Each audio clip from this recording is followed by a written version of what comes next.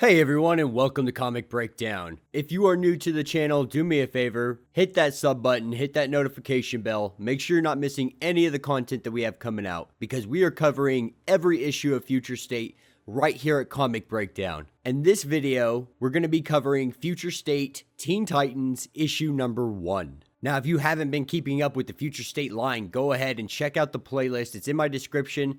It's in the top of this video. It's going to get you completely caught up on everything Future State related. And this is an event you're not going to want to miss, because love it or hate it, it is taking over DC Comics until the beginning of March. And with that being said, let's dive into this issue. So this issue drops us in to Teen Titans Island in New York City. And we have Dick Grayson and Emiko, Nightwing, and Arrow coming to visit the island and coming to visit their fallen Teen Titans. And we see the gravestones of a few individuals here. Ones that really stand out are Donna Troy, Wally West, and Wallace West. So it seems like our speedsters have all been taken out. Something took out all the speedsters, and we can only assume by Future State the Flash that it was Wally West. And as Nightwing looks through the remains of this once great symbol of hope, now in crumbles, he finds remnants of the Red X, a banner he once held for a short time. And it was actually given to him as a gift by some of the students at the Titans Tower. The Red X really inspired a lot of them, and they had a lot of respect for Dick Grayson after finding out his time as the Red X. And continuing his search, he finds what they call the H-Dial.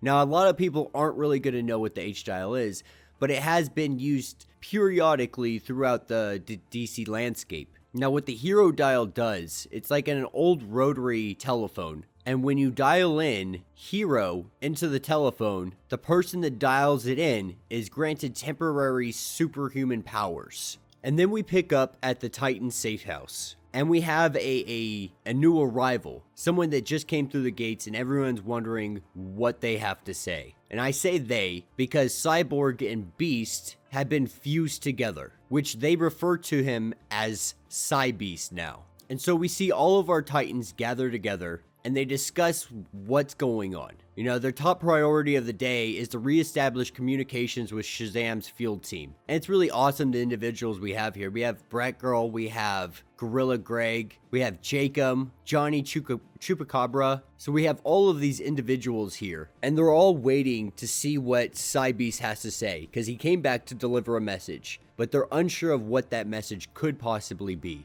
And Starfire insists, they've lost too many people, so as it stands, they're just going to wait for Cybeast to wake up, see what he has to say, and play it by the book. And this is where we pick up with Raven, fighting some kind of Hydra. And she seems to become really powerful, and seems to be getting the upper hand on this thing, but it goes sideways real quick. And this is where she wakes up in the safe house sub-basement. And she's talking to an individual that's been imprisoned. And she's been training mentally with this individual, learning his tactics and his abilities to make herself stronger for the fight to come. Now, it doesn't let us know who this individual is, but we can only speculate at this point. This was somebody that was a member of the Teen Titans, one of the students, and whatever they did was absolutely devastating to the Teen Titans. And this is where we cut over to Cybeast, talking to Arrow, Nightwing, and a few of the others. And Cybeast lets them know that he found the Spear of Destiny. And so they were looking for the Spear of Destiny to stop somebody. But they've been very vague up to this point on exactly who that somebody is. And this is where Raven steps in and lets them know that the spear is not meant to destroy them, but it's only meant to lure them in, to draw the 4 riders in. So when she says 4 riders, I assume she's talking about the 4 horsemen of the apocalypse. The plan is to get them all in one place where they can make their final stand. And she lets everybody know that it worked. They converged on the spear on Billy and his team. And this is where we pick up with Shazam. We have Bunker and Crush as well. And Crush is holding the Spear of Destiny, and almost in a blink of an eye, the spear is gone. And it's completely short-lived, and they're left standing there wondering, what now? And then we get a brief little moment here of the past, of when things went wrong with the Teen Titans. And we have the Red X defending somebody, saying that he's not going to let them kill one of the students. And all the rest of the Teen Titans are really confused on what's going on. They don't claim to be here to kill anybody, but the Red X is determined to believe that this is the fact. And this isn't Dick Grayson with inside the Red X. This is one of the students. One of them picked up the mantle of the Red X and now is threatening everything. And this is where we see a few of these Teen Titans students die. And then we pick back up in present day, and Dick Grayson is standing in front of the cage. The one that holds the same individual that Raven was training with. The one that held the mantle of the Red X when everything went wrong. But Dick Grayson's here to let him out. And he lets him know that he was right about the mask. That Dick Grayson put it on at one point to make a point. That the Teen Titans were dead. They had tried so many times to reassemble, fix what was broken, start again, but in the end, all they ever did was make a bigger mess. And he's accepted that the Titans are dead, and he's tired and ready to finally win one, no matter what it takes. And this is where we see the team up of Nightwing and the Red X. Alright, so this picks us up with Dick Grayson opening up the cage to the cell to let Red X out. And the rest of the Titans, specifically Starfire, are not happy about this. Her first thoughts are, give me the H-dial because your judgment is compromised. And she tells him straight up, like, you think you know what you're doing, but look what you're wearing, Deathwing. And it's funny because Beast Boy is cracking a joke while this is happening, just saying he would have called him Dickstroke. And so we can see that the tension is just so ridiculously high right now. But then they take us 6 months prior, and we're standing at the gravestones of all the young Titans that passed. And Dick Grayson shows up to pay his respects, and someone says that they were Titans. But Grayson's response is they might have been, if they had gotten the chance to. They were supposed to help these kids, to save them. But in the end, all they did was weaponize them, draft them into their endless war, just like their father had done to them. And personally, to me, that sounds an awful lot like Power Rangers, because that's exactly the premise of what it all is. You know, you're drafting young teens to fight a very violent and powerful war. But another reason that he had returned to the gravestones was because he found Red X. Or more, Red X found him and asked to be locked in the safe house. And Starfire agrees with this, but Raven thinks that he needs the help. He helped unleash the Horsemen upon the world, and so they need everybody's help. And so the Titans reluctantly allow him to come. But we also learn that Deathstroke is actually out there doing work still. And Dick Grayson was actually working with him for a while, but he hasn't in 6 months or so, since all of this went down. And so with this, Totally Tubular, Brat Girl, Chupacabra, and Gorilla Greg are all staying behind. Because at the end of the day, if these guys fail, these guys are going to be the last heroes left on Earth to defend the helpless.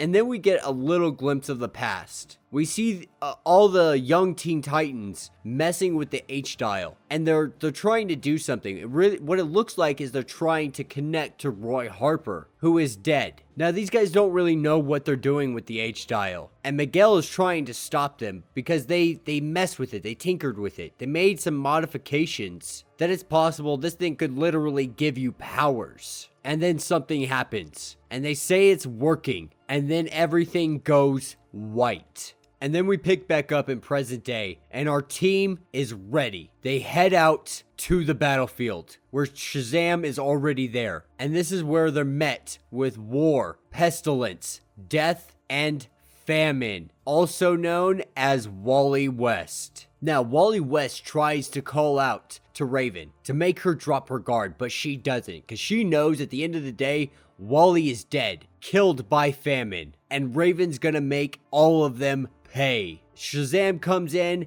and gives Wally a good knock. They don't give him much of a chance to do anything. And so the plan here was to lure everybody in. Lure all of the Riders of the Apocalypse. But they knew the Spear of Destiny would be destroyed once they got there. But that's not what they needed. They're gonna trap the Horsemen within inside the Rock of Eternity. And this is why Shazam is standing guard. And if you don't know what I'm talking about, go check out Future State Shazam. It's in my playlist. I'll leave a link in the description right here for you guys, or up in the top of the video for you guys to check it out. But that's why Billy and Captain Marvel had to separate. And that's why Captain Marvel is never able to turn back into Billy again. And so Raven needs them to keep everybody busy. And the Teen Titans work together, doing their best to take on the Horsemen, only to watch as our heroes like Amiko get taken out. War taking over the mind of Red X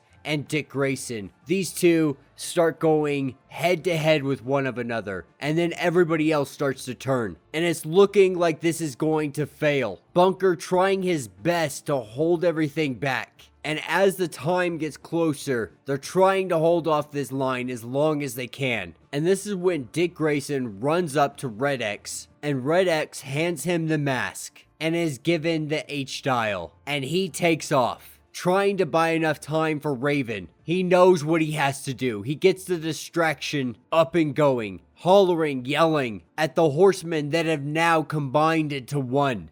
And Dick Grayson tells us that they had a bond, he and the host, who brought the riders to their door. And this is his attempt of making amends. Red X understands the part he played in bringing upon the apocalypse, and that he has to play his part to end it. And we gotta remember, this isn't just an H-dial anymore. It's a modified H-dial. And so he's dialing in the Cavalry, the Teen Titans. And this is where we see the spirit of every Teen Titan that has ever died come to the aid long enough to help Raven. And we see Red X getting wounded across the chest. And Miguel had told everybody, when a hero falls, their power, their spirit lives on in the Heroverse. And in time, they return. Our heroes were never truly gone, and this gave them enough time. Raven was able to complete what she needed to, but now they're trapped within inside of her.